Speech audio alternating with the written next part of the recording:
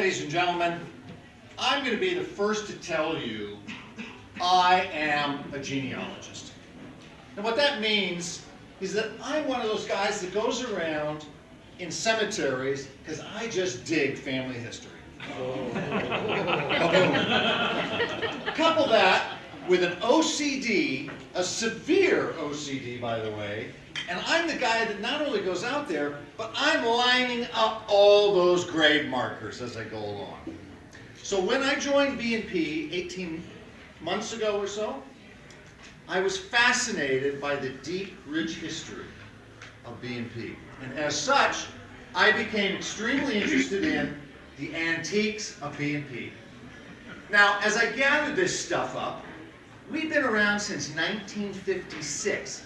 So you can imagine all of the stuff. So this particular speech that I'm giving today is really more akin to how should you really appreciate your club's ancient junk. Every story has a beginning. And B&P's is 1956. Here it is, the charter list, the founding fathers, the horsemen of the apocalypse, as I like to call them. All male. The club remained male until 1970s, at which time women began to be integrated within the system. So how did they get members? Well, they had marketing programs. We found this one. How to get new members. The big plan. I'm thinking, wow, we can use this today. Fabulous. The plan? Ask them to join. What a cosmic thought. Some of the other stuff I found around. Remember these little cards? For those of you that are DTMs 5 times over? These are the little table topics cards. If you could have any job in the world, what would it be and why? And you'd stand up there and you'd answer the questions. At B&P, we have a very good tradition. We have a gentleman by the name of Ed Dillon.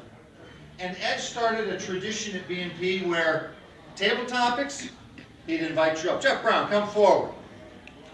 Jeff Brown, your word is pink.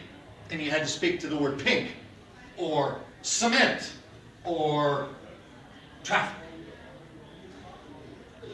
How many remember overhead projections? Remember these? These fancy little things?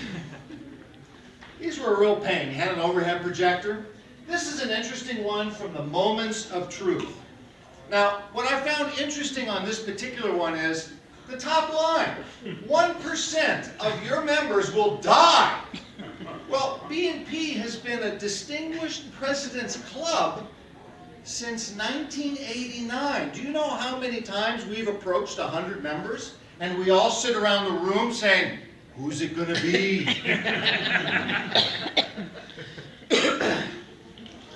You know, as we sit here and we go through some of the more physical items we have, I need to go back to our childhood. Remember these things?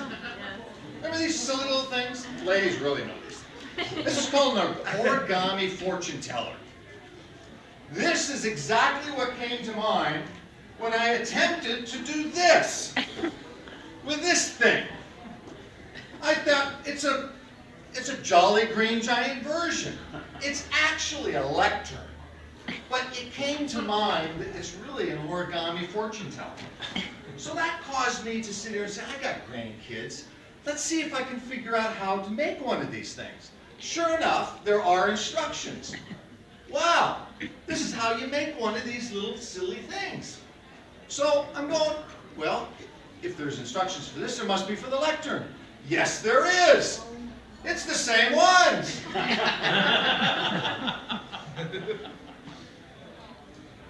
Everybody has a cell phone. Do me a favor, pick up your cell phone as if you're going to take a picture. Because I'm going to use the technology from years ago. One of these babies. Now this actually works, believe it or not. The only tape I have is this one. I can't find these things anywhere else. I have no idea what's really on it, because I can't even find a VCR player that runs the thing. But B&P still owns this stuff. We still have it. How about timing? How many of you have been around back when there were cards for timing. Oh yeah, someone really come out. Well, one of our members at BNP got sophisticated one day and designed and came up with this monstrosity. Now, this actually works. I fixed it. And it's manual. Turn the lights on and off. You do not want to have a fireman around, OSHA, anybody with a safety knowledge, because this is wood and there's live voltage on the inside that's exposed. So Lord knows when this thing will blow up in my garage. So then somebody decided, well, why don't we get even more sophisticated? And I ended up receiving this. Now, as you see, it's a box. It's a light box. It was festooning with wires coming out. Somebody had attempted to fix it 5 times over. And I, being a retired Silicon Valley manager, figured I can fix it. And, in fact, I did. Here's the test sequence. It even buzzes to say, you've really stood up and talked way too long, Mr. Speaker. We're very proud of this box, and they've been trying to get me to bring it in all the time. I keep forgetting to do it. I have shown you a number of things relative to BNP, but we have 2 very special items. Bookends, I like to call them.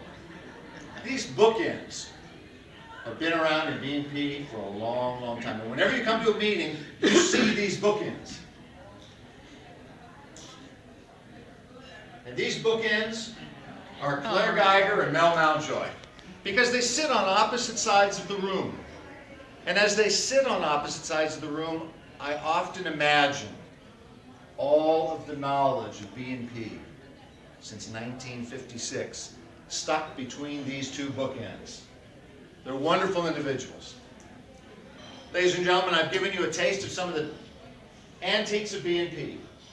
I encourage you, as your club grows and becomes more mature, that you take the same level of reverence as perhaps I have, describing the things that you own. Thank you.